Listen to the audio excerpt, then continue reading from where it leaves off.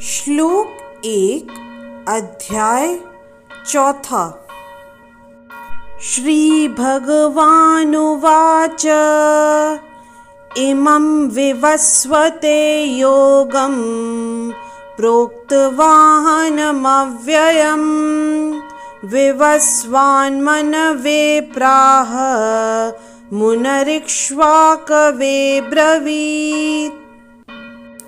इस श्लोक में भगवान श्री कृष्ण ने कहा, मैंने इस अमर योग विद्या का उपदेश सूर्यदेव विवस्वान को दिया और विवस्वान ने मनुष्यों के पिता मनु को उपदेश दिया और मनु ने इसका उपदेश इक्ष्वाकु को दिया। यदि इस श्लोक का विस्तार करें तो हमें भगवत गीता का इतिहास प्राप्त होता है। यह अत्यंत प्राचीन बताया गया है, जब इसे सूर्यलोक इत्यादि संपूर्ण लोकों के राजा को प्रदान किया गया था। समस्त लोकों के राजा विशेष रूप से निवासियों की रक्षा के निमित्त होते हैं। अतः राजन्य वर्ग को भगवत गीता की विद्या को समझना चाहिए, जिससे वे नागरिकों अर्थात प्रजा पर शासन कर सकें और उन्हें काम रूपी भव बंधन से बचा सकें। मानव जीवन का उद्देश्य भगवान के साथ अपने शाश्वत संबंध के आध्यात्मिक ज्ञान का विकास है और सारे राज्यों तथा समस्त लोकों के शासनाध्यक्षों को चाहिए कि शिक्षा, संस्कृति तथा भक्ति द्वारा नागरिकों को यह पाठ पढ़ाएं।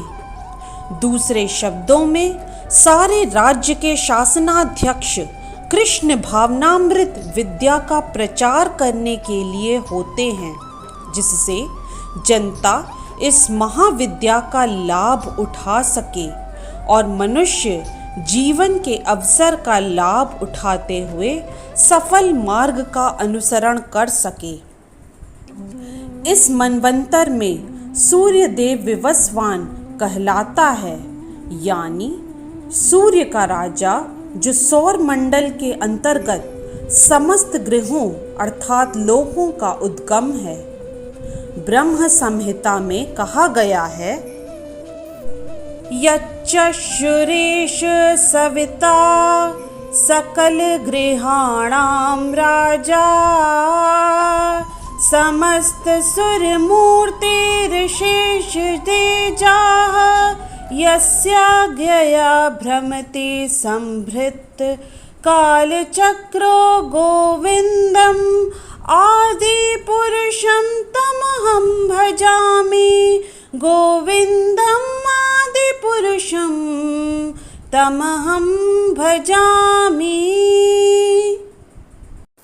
अर्थात ब्रह्मा जी ने कहा, मैं उन श्री भगवान गोविंद की पूजा करता हूँ जो आदि पुरुष हैं और जिनके आदेश से समस्त लोकों का राजा सूर्य प्रभूत शक्ति तथा ऊष्मा धारण करता है। यह सूर्य भगवान के नेत्र तुल्य हैं और यह उनकी आज्ञा अनुसार अपनी कक्ष को तय करता है। सूर्य सभी लोकों का राजा है तथा सूर्यदेव विवस्वान सूर्य ग्रह पर शासन करता है, जो ऊष्मा तथा प्रकाश प्रदान करके अन्य समस्त लोगों को अपने नियंत्रण में रखता है। सूर्य कृष्ण के आदेश पर घूमता है और भगवान कृष्ण ने विवस्वान को भगवत गीता की विद्या समझाने के लिए अपना पहला शिष्य चुना। अतः गीता किसी मामूली सांसारिक विद्यार्थी के लिए कोई काल्पनिक भाष्य नहीं, अपितु ज्ञान का मानक ग्रंथ है जो अनंत काल से चला आ रहा है। महाभारत में हमें गीता का इतिहास इस रूप में प्राप्त होता है, अर्थात त्रेता युग के आदि में विवस्वान ने परमेश्वर संबंधी इस विज्ञान का उपदेश मनु को दिया और मनुष्यों के जनक मनु ने इसे अपने पुत्र इक्ष्वाकु को दिया। इक्ष्वाकु इस पृथ्वी के शासक थे और उस रघुकुल के पूर्वज थे जिसमें श्री राम ने अवतार लिया। इससे प्रमाणित होता है कि मानव समाज में महाराज इक्ष्वाकु के काल से ही भगवत गीता विद्यमान थी। मनु के जन्म के पूर्व भगवान ने अपने शिष्य सूर्यदेव विवस्वान को गीता सुनाई। मोटा अनुमान यह है कि गीता कम से कम 12 करोड़ 4 लाख वर्ष पहले की गई और मानव समाज में यह 20 लाख वर्षों से विद्यमान रही। इसे भगवान ने लगभग 5000 वर्ष पूर्व अर्जुन से पुनः कहा।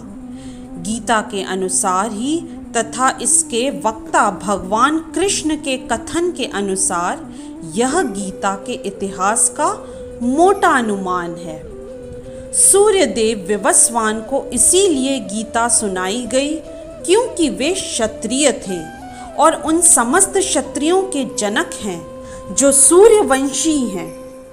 चूंकि भगवत गीता वेदों के ही समान है क्योंकि इसे श्री भगवान ने कहा था, अतः यह ज्ञान अपौरुषेय है। चूंकि वैदिक आदेशों को यथारूप में बिना किसी मानवीय विवेचना के स्वीकार किया जाता है, फलतः गीता को भी किसी सांसारिक विवेचना के बिना स्वीकार किया जाना चाहिए। संसारी तार्किक जन अपनी अपनी विधि से गीता के विषय में चिंतन कर सकते हैं, किंतु यह यथारूप भगवत गीता नहीं है। अतः भगवत गीता को गुरु परंपरा से यथारूप में ग्रहण करना चाहिए। यहाँ पर यह वर्णन हुआ है कि भगवान ने इसे सूर्यदेव से कहा और सूर्यदेव ने अपने पुत्र मनु से और मनु से अपने पुत्र इक्ष्वाकु से कहा। इस तरह से श्लोक 1 अध्याय 4 की व्याख्या यही खत्म होती है। जय श्री कृष्णा। यदि आज का वीडियो आपको पसंद आया तो कृपया लाइक, सब्सक्राइब, कमेंट और शेयर करना न भूलें।